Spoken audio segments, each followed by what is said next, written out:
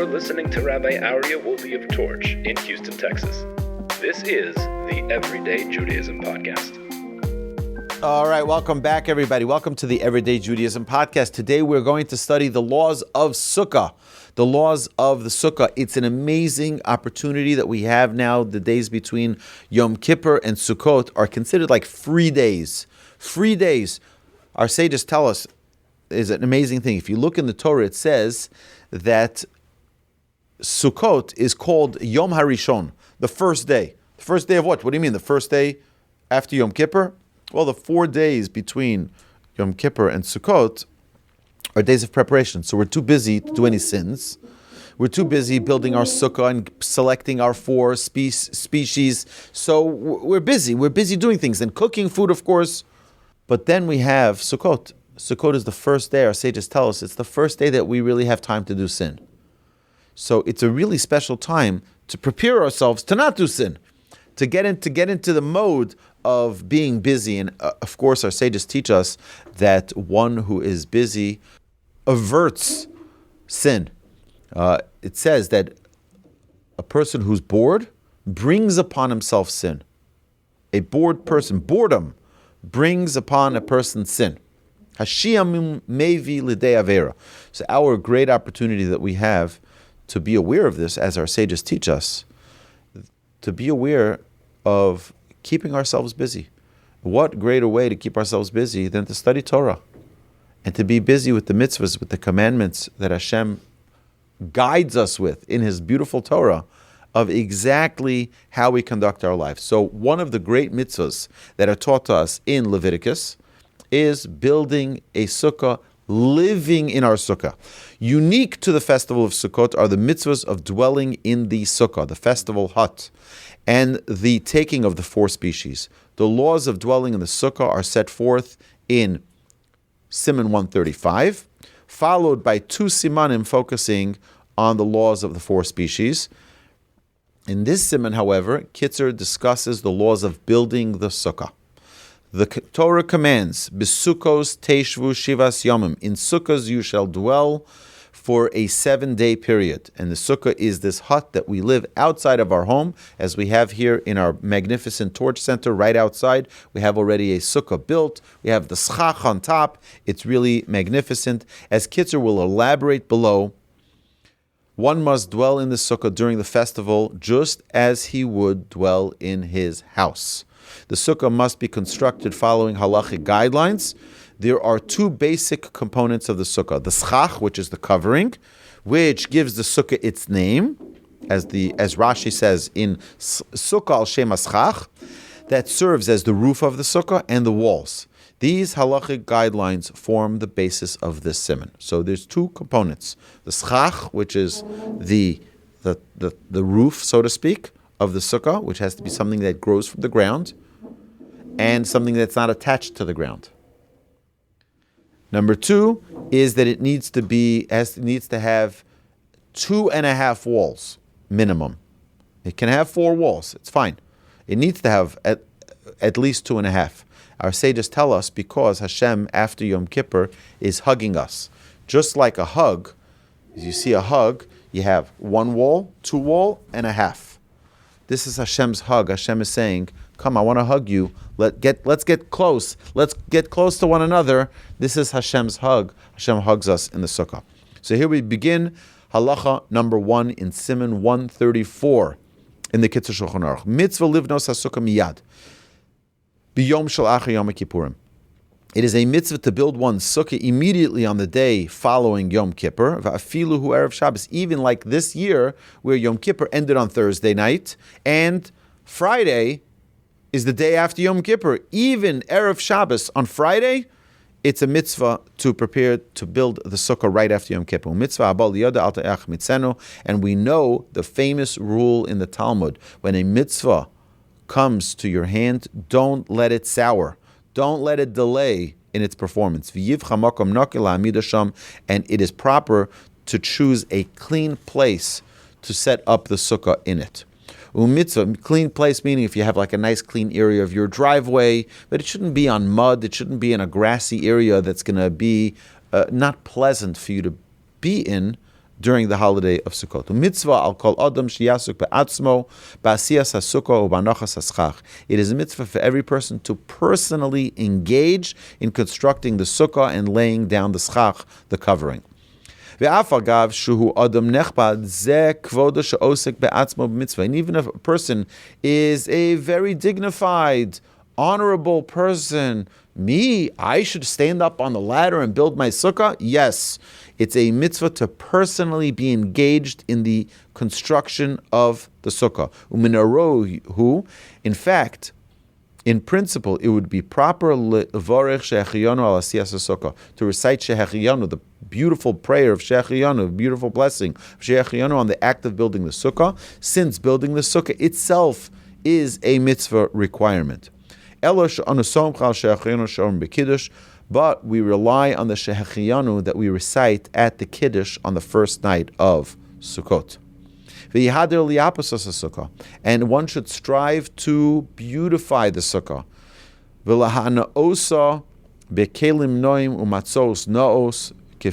And adorn it with beautiful furnishings and beautiful linens commensurate to one's ability. So if a person has the ability to really, I remember I had a neighbor when I grew up in Muncie. The woman of the house was an artist, and she had these massive canvas walls that she painted herself, and the entire sukkah was one beautiful art gallery that each canvas was one sheet of the wall. It was absolutely stunning. This is the way to honor Sukkot. Sukkot is a way to really make it like your home. Teishvu ke'ein tedur. It says, "Basukkos teishvu shivas yamim." You should dwell in your sukkah. How do you dwell? Just like you dwell in your home. You make sure that you have your picture frames and you have everything so nice. So too in your sukkah, you should make sure to adorn the sukkah, to make sure you have the beautiful tablecloth, make sure you have everything. It's clean. It's neat, just like you would in your home. And make sure that it is a place that is welcoming, because guests who are beautiful, magnificent, holy, dignified guests are in the sukkah. Abraham, Isaac, Jacob, Moses, Aaron, Joseph, David. It's a really special. Each of the 7 nights, there's a special guest that comes to join us in our sukkah. The first night is Abraham. The second night is Isaac. The third night is Jacob. These are our patriarchs and matriarchs that come to join us in our sukkah. It's a really, really powerful time for us to elevate our Jewish experience, to elevate our connection with Hashem. Regarding the walls of the sukkah, there are many detailed laws, and many are not familiar with them. Therefore, to ensure that one has a valid sukkah, a person must construct walls that are complete and strong rather than walls that are incomplete in some manner. Stable enough that the wind does not move them. And also it shouldn't be weak or porous, that a wind blows and it'll blow out your candles. It'll extinguish your candles that are burning in the sukkah at night. And one who does not have enough material for all 4 walls, it is preferable that he do 3 complete walls, rather than have 4 walls that are incomplete. And one who has the financial means, it is proper for him to have a built-in sukkah. If a person is able to have a slide-away roof, means he's in the home, his actual home, and he can just slide away the roof, and that way he has the schach there, and that would be a built-in sukkah. So it is possible to close them during the rain. And when the rain stops, you just reopen the roof, and the schach will remain dry. V'yochol lekayim mitzvah sukkah koroi, and he can fulfill the mitzvah of sukkah properly. I remember my friend, I was so jealous that he had a built-in sukkah. So his dining room had a removable roof that they built in. And when Sukkot came, all they needed to do was lay the new schach, and they would pull the roof off, and they had a sukkah. And if it rained, they just pulled the roof back, and it was covered. And it was on top of the schach, and that way they did not have any rain, and their house, they were sitting in their house at the regular dining room table. The regular dining room table, they were able to remove the roof and have a beautiful indoor sukkah. And it's fully, it's the greatest way of performing the mitzvah is that you're actually in a sukkah, but also in your home. Now, if a person cannot do that, like most of us, particularly in Houston, we don't have the ability to have such removable roofs, so we build our sukkahs completely outside. We build it on the driveway. You can build it on your back porch. There's many, many places. In my old house, we had a patio in the back. We had to lay down concrete so that it wouldn't be on the grass. The first year we were there, we still didn't have concrete. We had grass, and we had to put plywood on the grass. It wasn't really special, particularly special to have our sukkah there. But after that, the next year, because we moved right before Sukkot, and then after that we had a beautiful, beautiful patio, and all we really needed to do was put up 1-2 walls, because it was part of the house was the other 2 walls, and it was really magnificent sukkah. Then we moved to our new house, and we don't have a deck like that, so we built a brand new sukkah on our driveway. And that part of the driveway is leveled, and we can have a very, very big sukkah that can host all of our guests, and it could be a special celebration of the holiday of Sukkot that is respectful. And it's not, a sukkah that's falling apart. It's not a sukkah that's, just cutting corners. It's a sukkah that's appropriate. And I also make sure, by the way, decorations that people have in their sukkah, I wanted to have real proper decorations for my sukkah. So I got all of my artwork that I wanted in my sukkah put onto vinyl banners, so that even if it rains, it doesn't get ruined. And they have grommets, and they're just stuck onto the sukkah, and it's really a very nice and special, for me at least. It's something that's important to me, that it not be a mess. I don't want my sukkah to look like a mess. So and that way it looks nice. It really, hopefully it looks very nice. All right, so now halacha number 3. Gam b'schach yesh kama dinim. Also in the laws of schach, there are many important factors. Since we customarily cover our sukkahs with tree branches, obekanim, or with reeds, the possible issues are avoided. Being that they're fulfilling the following conditions. Number 1, they grow from the ground. They're detached from the ground. So they have to grow from the ground, they have to be detached to the ground. They're not susceptible to ritual impurity. And they're not tied together in bundles. Ein bahem shum chashash, there's no concern. So technically speaking, you can cut some branches off of a tree and place them on your sukkah, and you fulfill the mitzvah perfectly. I have a few palm trees in front of my house, and I like to put them on top of the reeds that I have that are very, very nice. I like to also have some fresh palm trees on top of that for a number of reasons. Number 1, because it's greenery and it's nice. But second reason is because sometimes it gets windy and it can blow the reeds off. So if you have the heavier branches on top, it sort of weights it serves as weights, and it holds them down. So that's also. But there were times that there's a concern. Now I just want to bring out something important. Today, if someone wants to build a sukkah, it's not difficult to build a sukkah.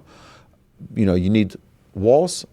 It's very easy to build, 4 2x4s and attach them and you get some lattice, some plastic lattice, really nice lattice that they sell in Home Depot, and you can connect them. You can have a 4x8 or an 8x8 sukkah. It can take you an hour and you have it built. Then on top you have two beams going across, and you can just roll out these, and they sell them at Home Depot as well. They sell these. It's bamboo rolls that are made for shades, but you can remove the shade part of it, meaning the pulleys, and it becomes just like a beautiful mat that serves. It's all bamboo, and that can suffice as schach. Okay, as covering. Halacha number 4. Kitzur addresses whether one may use items that are susceptible to tumah and thus disqualified from being used as schach in order to hold the schach in place. So we spoke about ritual impurity. What does that mean? Halacha says as follows. The halachos of which items can become tameh are complex. One of these halachas is that an item that can be considered a utensil is susceptible to tumah, to ritual impurity. An item that is not a utensil, such as branches and reeds, is not susceptible to ritual impurity. It is prohibited to use a wooden shade made of slats of wood, even thin rods of wood, for schach, as these are susceptible to tumah, according to Reb Moshe Feinstein. In general, when using mats, wood or bamboo, for schach, halachic guidance must be obtained. According to Rav Moshe Feinstein, the custom is not to use as schach pre-cut wood slats or planks that can be used for flooring or roofing. So there's these using 2x4s and slicing them in half is not. That's building material. That's not considered wood that would be appropriate for schach. Now again, if someone is in a situation, someone's out in New Mexico, for example, or someone is out in the middle of no place, and they aren't able to find the proper schach for the covering of their sukkah, so then it is appropriate to consult with the rabbi to figure out what is suitable and what one can use for schach. Halacha number 4. Kitzur addresses whether one may use... Okay, so now he's talking about over here the items that are susceptible to tumah. Initially, it is proper to be stringent. Roi l'chatchila l'hachmir, shelo lahaniach ala sukkah, to not place upon the sukkah davar makabel tumah, any item that is susceptible to ritual impurity. She'aniach olav esaschach, to use as a support even upon which to place the schach, kegon, such as sulamos, sheyesh behen beis kibul hashlevos, wooden ladders that have a receptacle for the rungs. So things that are utensils, it's an actual tool. So even though wood can be used, but a wooden ladder is already an object, it's something. So that shouldn't be used. And then on top of that, to place the wood, the reeds, that wouldn't be appropriate. V'kol shekain sha'ar kelim, any other utensils as well should not be used. Kigon moro, magrefa, or a spade or a shovel. Again, these are utensils. They're already made into utensils. V'afilu litin osan ala schach lachziku, even to place the schach on top of them. Yesh lahachmir, it is proper to be stringent and not to use those. Ubidiavad, however, after the fact, she'ein lo she'ar dvarim, if he has nothing else that he could use, hakol mutar, then placing it on any type of wood would be okay. The kaimalon, for we have as an established ruling, the mutar lahamid al schach b'davar makabel tumah, that one may support the schach with something that is susceptible to tumah, something that is susceptible to ritual impurity. So there are people who have, like the Chazon Ish, or the great halachic decider, who had a stringency that no metal was involved in the sukkah. Metal is already an object that is susceptible because it's already a utensil. It is susceptible to ritual impurity, and there are many people who don't have any metal whatsoever in their sukkah. Okay, so it's just wood. My neighbor had that, and they would have these wooden pegs that they would attach the walls one to the other. They would have these wooden pegs, not screws, not bolts. They would have, why? Because again, this was a special stringency. We want it to be completely objects that are not utensils that are able to be ritually susceptible to impurity. Halacha number 5. Tzorach laniach schach, one must put on enough schach ad shetehei tzilasa meruba mechamasa. Until, this is a mistake that people make, so it's important to know this. Until the shade provided by the schach is greater than the amount of sunlight that comes through. There should be more shade. So when you look at the floor, there should be more shade than sunlight. If there's more sun coming through than shade, it is invalid by biblical law. Okay? Therefore, one must be very careful. That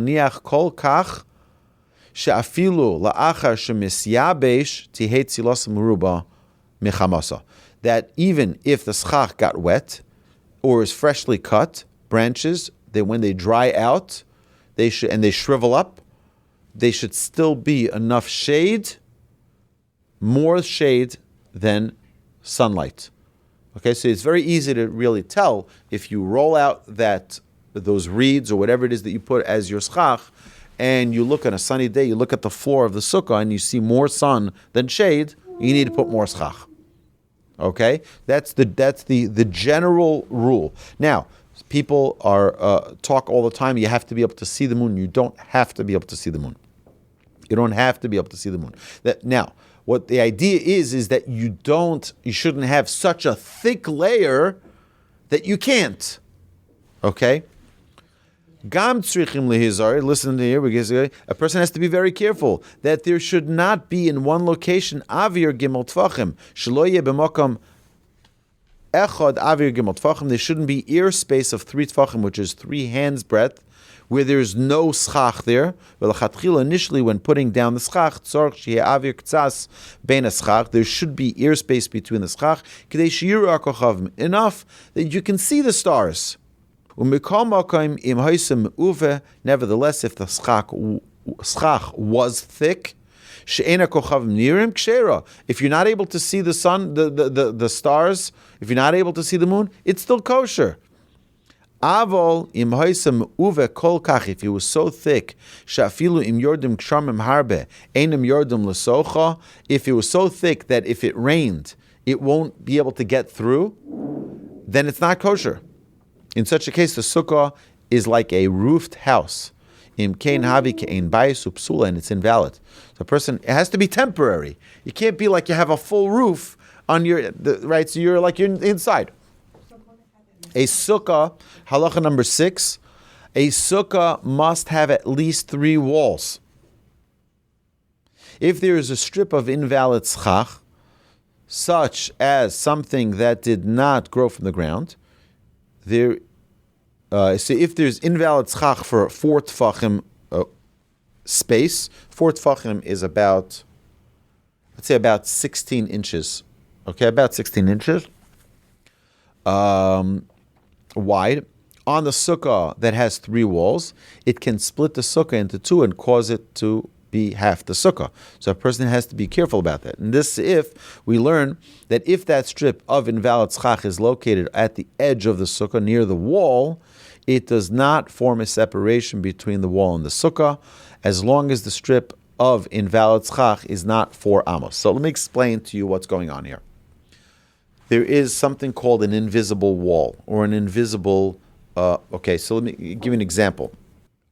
In the laws of Eruv means that we make a community into one connected neighborhood. Okay, make a community to one connected domain, so to speak. So, for example, if you have... in a campground, so you want to make an Eruv. What would an Eruv do? It'd make the entire campground into one domain, and now you can carry inside that domain on Shabbat. Because the Torah says you cannot carry from one domain to another domain on Shabbat. So what do? Make it into one domain, and then you're not carrying from domain to domain. So now what happens if you put the string around the entire place, except, for example, the gate, the entrance, which is about 8 feet. Okay? So that is considered as if there's an invisible fence that connects it. Okay? It's as if there's an invisible fence. Now, with regarding to the roof of the sukkah, the schach of the sukkah, so if you have the separation of space in between two halves of the sukkah, so now it becomes two halves of a sukkah. But if you have it at the end of the sukkah, it's as if it's one, the wall extends over to that area. Okay? It's important to just understand this concept. Sukkah habnuya lefa'amim. B'sukkahs habnuyas lefa'amim. It occurs at times in built-in sukkahs. Boltim tfanim, boltim dapim lamala ala koslim, ve'ala dapim elu munochim klunsaos. Sha'aleim asukah uma'achar she'ein hadaf rochav dalet amos eino poslas asukah. So imagine if someone has a built-in sukkah.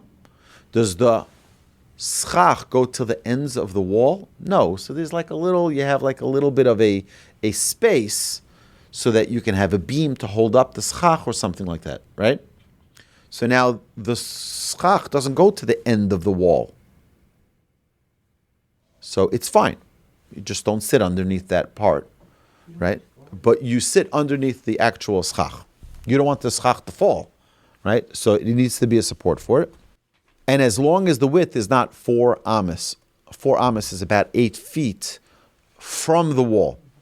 This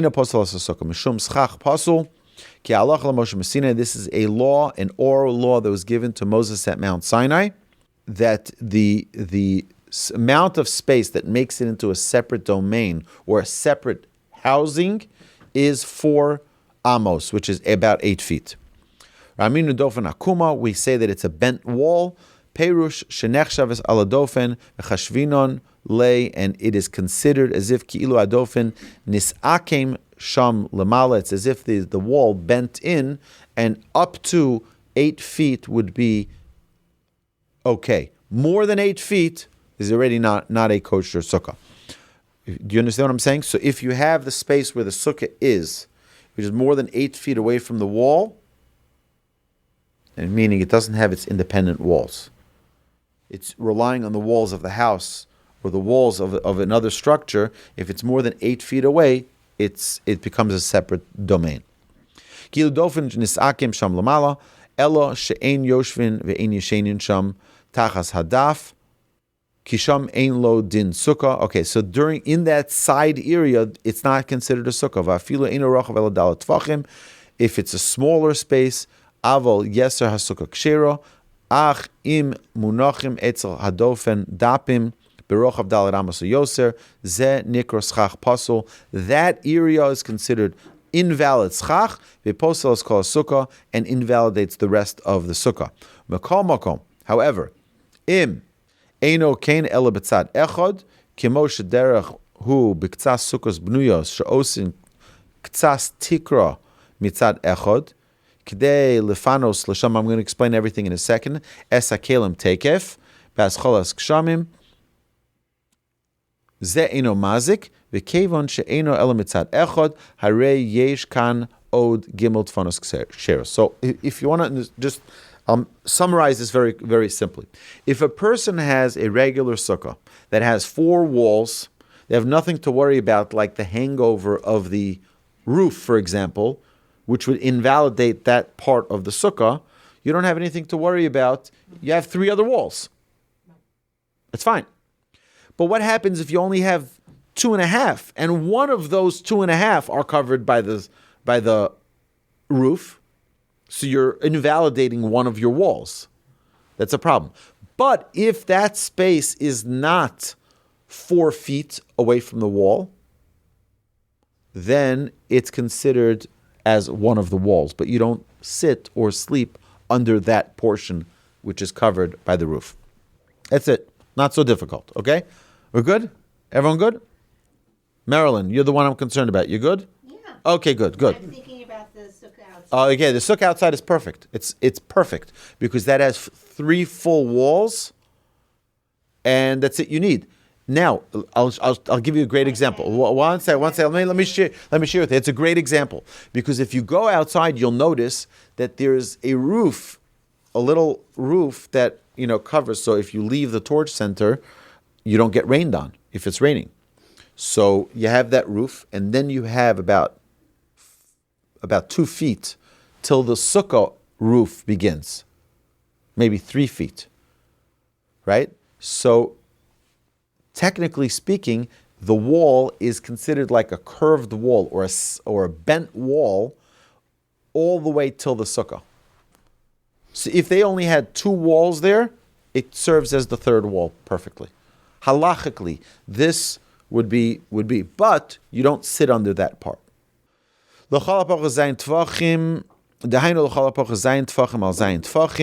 B'meruba, a square space of 7 on 7 tfachim, which would be about 3-4 feet. And don't sit under that part that is a solid roof or a solid covering. Okay. Halacha number 7. As we have seen previously, one of the criteria necessary for schach to be invalid is that it be detached from the ground. Thus, branches that are connected to a tree may not serve as schach. So, this is something to be cautious of. If you have your neighbor's trees covering your driveway, those branches now become a problem because they're attached to the ground. If you have a tree that's covering your sukkah, that's attached to the ground, that's problematic. A person has to be careful that there's nothing on top of the schach all the way up to the heavens to ensure that it is clear. Thus, branches that are connected to a tree may not serve as schach. In fact, even if one builds a sukkah beneath a tree and covers the sukkah with valid schach, the branches of the tree may invalidate the sukkah, as the Kitzur explains in this seif number 7. One who builds a sukkah under the branches of a tree, harezu psula, it's invalid.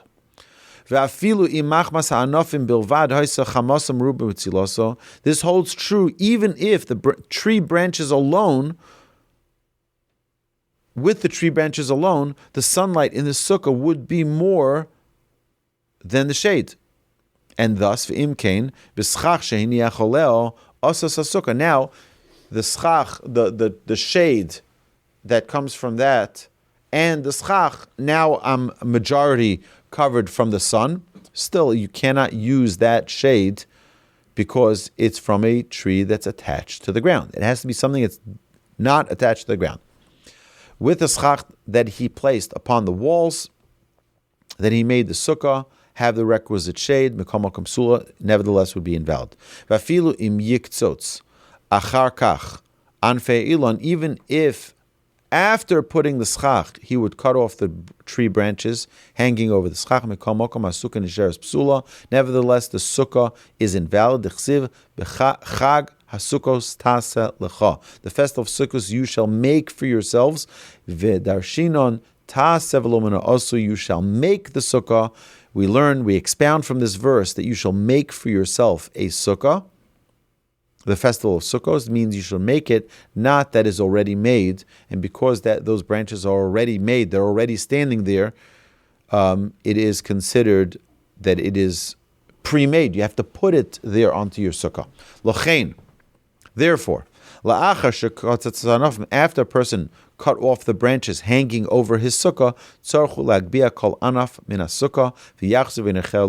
you have to lift up the branch and put it back down on the sukkah to make it that you placed it there. So I'll give you a better example.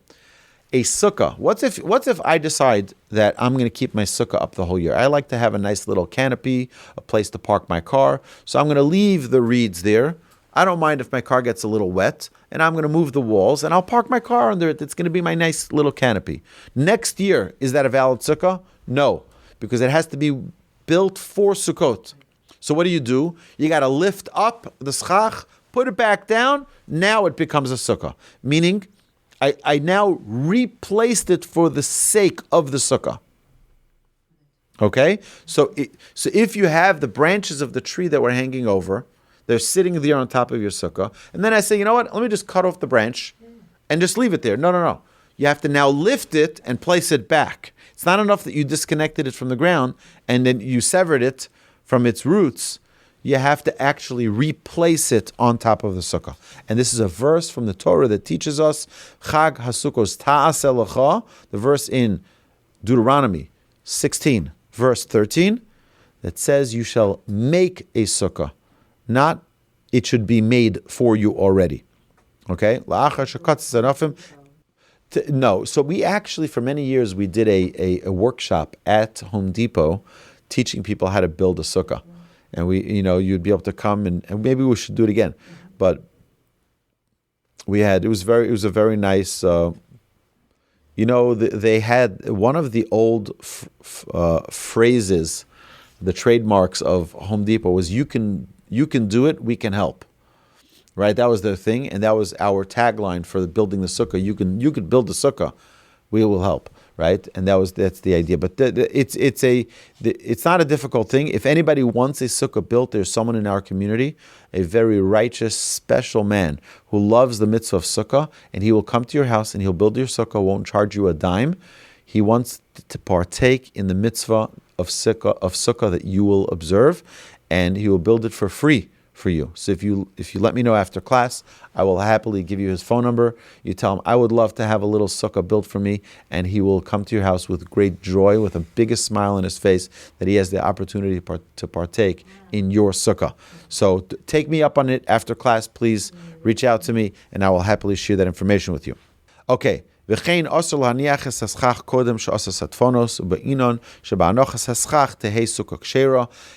therefore has to first build the walls and then put the schach, not have the schach and then build the walls.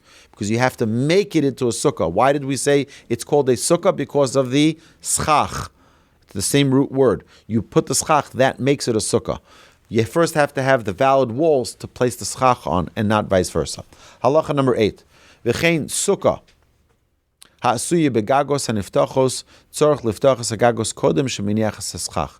to place the schach on if you have the removable roofs, you first have to remove the roof, then place the schach.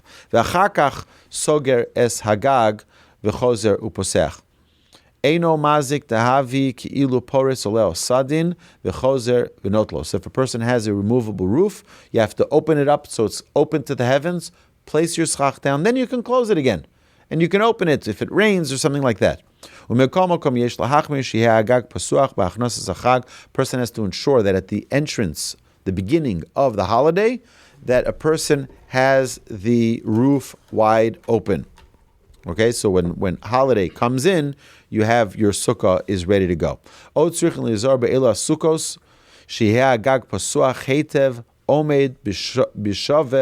Im dofen sukkah, sheim eino omed b'shaveh, ela note ktsas al haschach, afilu ein shir gadol shetifsol hasukkah bekach, bekom makom tzorach leizor shelo yeshiv b'makom hazeh shehagag mishupa.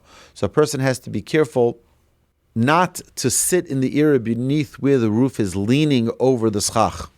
So if you have, for example, when we were kids, one of the things that we would do is build something called a shlach. A shlach is like a tarp. It's a tarp, so because we grew up in Brooklyn for many years, we lived in Brooklyn, and it would always rain in the middle of Sukkot, and it would be very unpleasant. You have to move the tables in and the chairs in and everything in, and it would be a big mess. So what would we do? We'd build this tarp that could be placed right over the sukkah when it would rain. Usually didn't work anyway, but it was something that kept us busy. Because the water, it weighs a lot more, and it would just like seep right through the tarp. But imagine you have the tarp hanging over the side of the sukkah. So that area that it's hanging over, don't sit underneath it, because that's not part of the sukkah. It's covered by a roof. You got to be careful about that. Okay, so that's what the halacha here says. One needs to be careful. He says,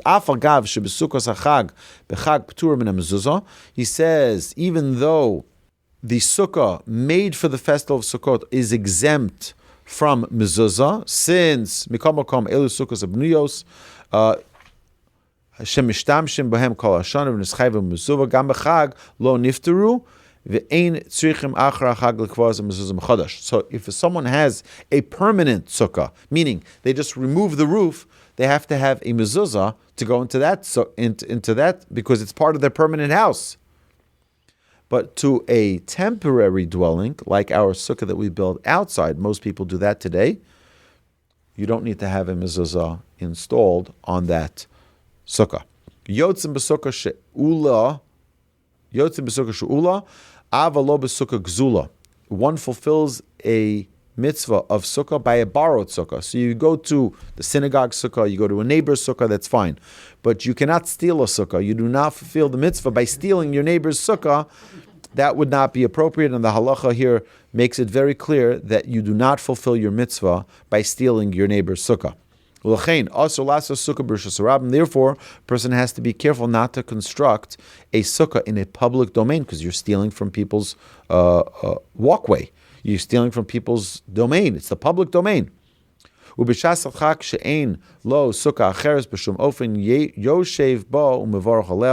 However, in a case of pressing need, where there is no other sukkah available for a person under any circumstances, he may sit in a sukkah that is built in a public domain and recite a blessing upon it because he has no other choice. A person can do that. Now, most kosher restaurants, you'll go there today, you'll see that they have a sukkah built already in front of the sukkah. They put nice drapes out so that it's private. If you go to order food in that restaurant, you can sit in the sukkah and eat your food, and you have privacy as well. Very, very romantic way to have dinner in a sukkah. Halacha number 9. Halacha number 10. Yesh li zar shelo yiktzotz hayisrael be'atzmo schach l'sukoso el yikne me'acher u'b'shasat chak yochel yiktzotz be'atzmo el sheyitol rishus mi'bal hakarka. So he says a person needs to be cautious and careful not to cut down the schach for his sukkah by himself. Rather, he should purchase it from another person. In cases of pressing need, one may cut the sukkah for the schach for himself. I don't exactly know why. Probably because Jews didn't own that much property. We weren't owners of. Jews were not known to be owners of real estate. Today, it's different in the United States. It's a different culture. But it used to be that Jews were. So you can't just go over to someone's tree and start chopping off branches for your sukkah. You got to buy it. You got to pay for it. And you can't just go to someone, right, and say, oh, I need it for my sukkah. I'm just cutting off a few branches. No, you have to buy it or get permission to do so. You have to ask permission from the landowner. It is permitted to construct a sukkah during Chol HaMoed, during the intermediate days of the festival, which is the days between the first 2 holiday days, the last 2 holidays, Shmini Atzeres, Simchas Torah. In the intermediary days, it is permitted for one to build a sukkah on those days. Halacha number 12, the Torah states, the holiday, the Chag of Sukkot, you shall make for yourself 7 days for Hashem. The term Chag is explained in the Talmud as being a reference to the Chagiga offering that was brought in on the festival in the time of the temple.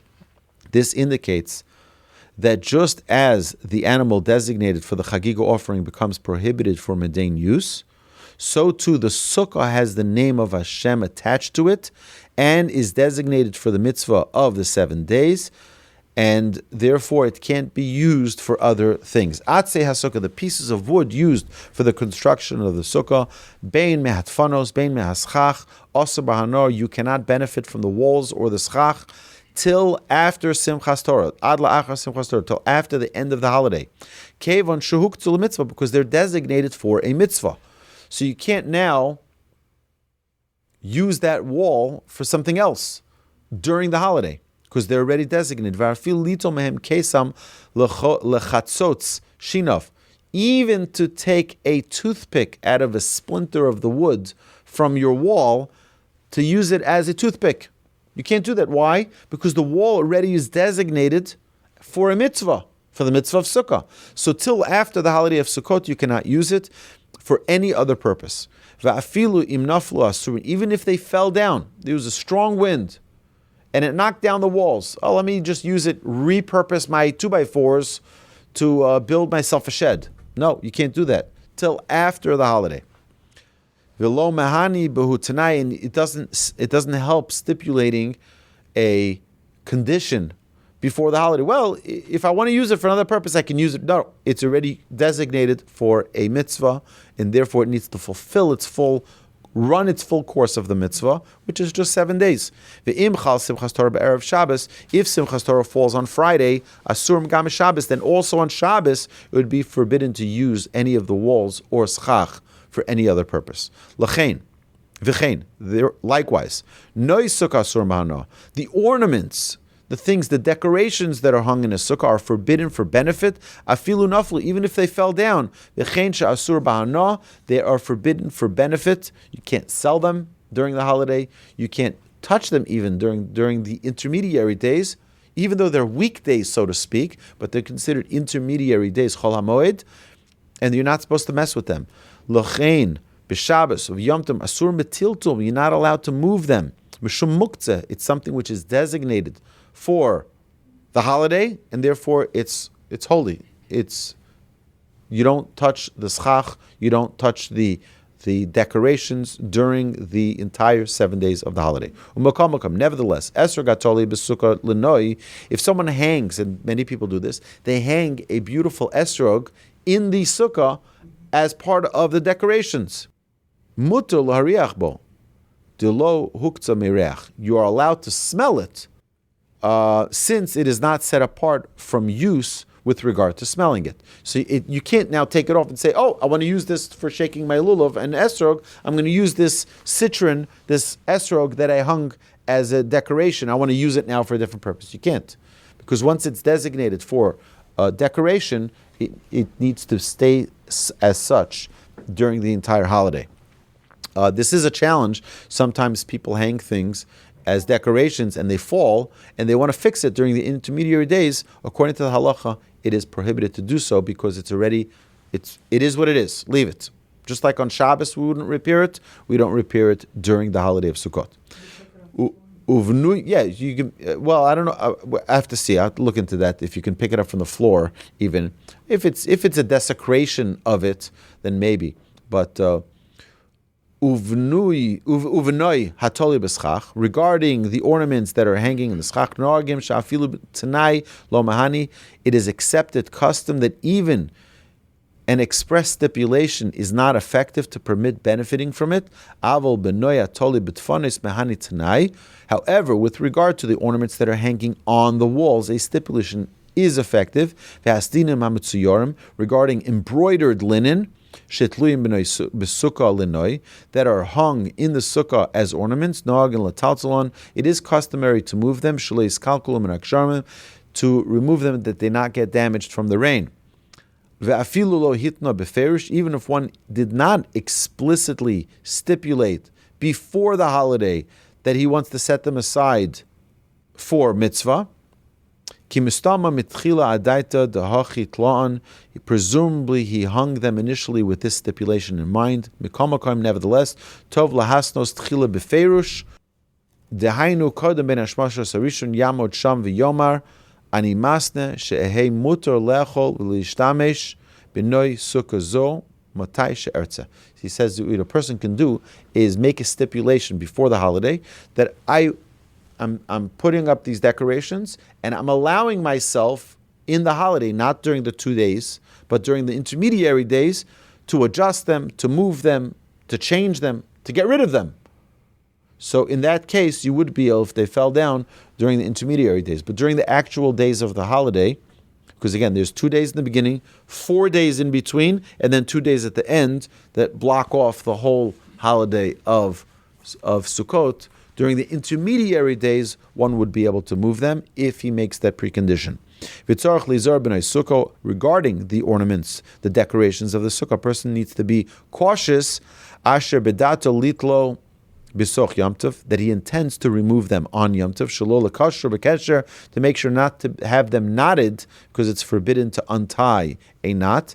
Ela ba'aniva, but rather you can make them into a bow that with one pull you can untie them, and that would be sufficient. Okay, and we finally conclude 3 more halachas, but very short ones.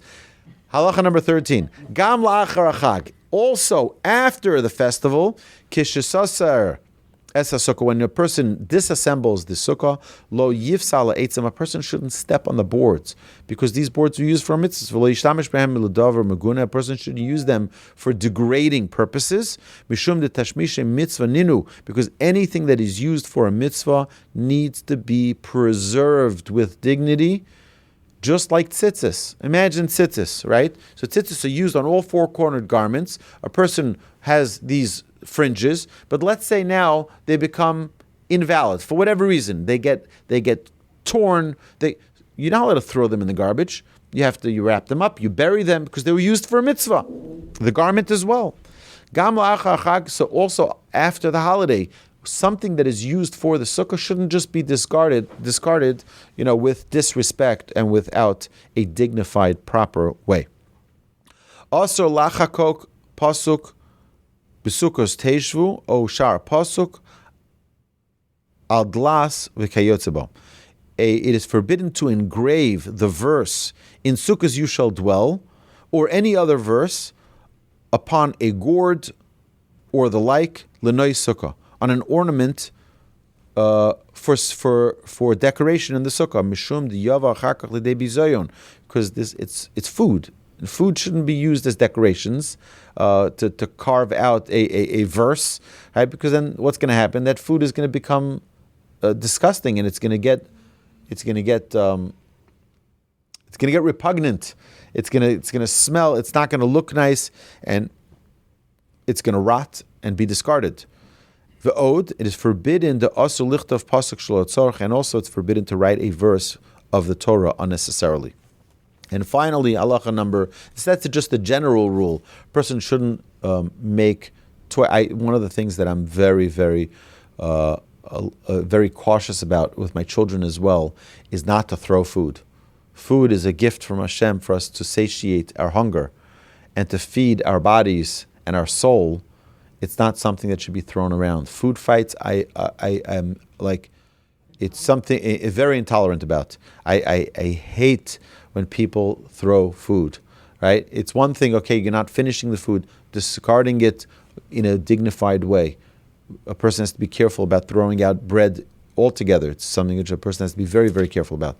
But not to waste food and definitely not to degrade food by throwing it or having it around with disrespect. Halacha number 15, and the final halacha in Siman 134.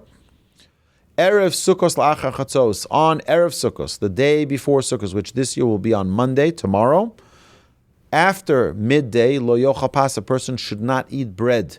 Why? Kidei sheyochal b'sukkah le'te'oven. So a person, when they come into the sukkah to eat tomorrow night, they should eat with a great appetite. If you ate in the late afternoon, you come in, you're like, okay, I'm not so hungry, I'm not going to eat. No, you want to come in a little hungry, so you eat in the sukkah with a great appetite. And it is a special mitzvah to increase in the distribution of charity before the holiday of Sukkot.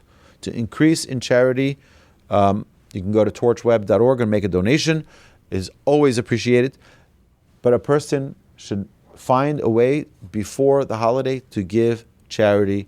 This is part of the halachas that we learn of preparing for the holiday of Sukkot. My dear friend, I know it's a little bit lengthy, but we covered a whole chapter of halacha. Thank you. Have a magnificent holiday of Sukkot. Have a beautiful time bonding in the relationship with Hashem. We're getting out of our homes, we're getting out of our comforts, we're getting out of our routine, and we're starting a new path forward for our relationship with Hashem. We're saying to Hashem, you know what? We're going to have a union with you in our sukkah, and then we'll bring that into our home, a bond of closeness. The Jewish people traveled through the desert, and it says they camped in Sukkot. What happened in their traveling in the desert? An amazing miracle. They had protection from all 6 directions. On their north, the south, the east, the west, above and beneath. Above from the sun. You know how hot it is in the desert? Do you know the snakes and scorpions that hang around, all the wild animals? All protected. It says that they walked around on the sand. Their feet didn't burn in the desert. It was like they were walking on plush Persian rugs. All right? That's the way they had clouds. That's what we demonstrate when we sit in the sukkah. We're sitting in the clouds of glory, being protected by the Almighty. My dear friends, have a beautiful Yom Tov, Chag Sameach, and now we're going to open the floor to our Ask Away series, Ask Away number 20. You've been listening to Rabbi Aryeh Wolbe on a podcast produced by Torch, the Torah Outreach Resource Center of Houston. Please help sponsor an episode so we can continue to produce more quality Jewish content for our listeners around the globe. Please visit torchweb.org to donate and partner with us on this incredible endeavor.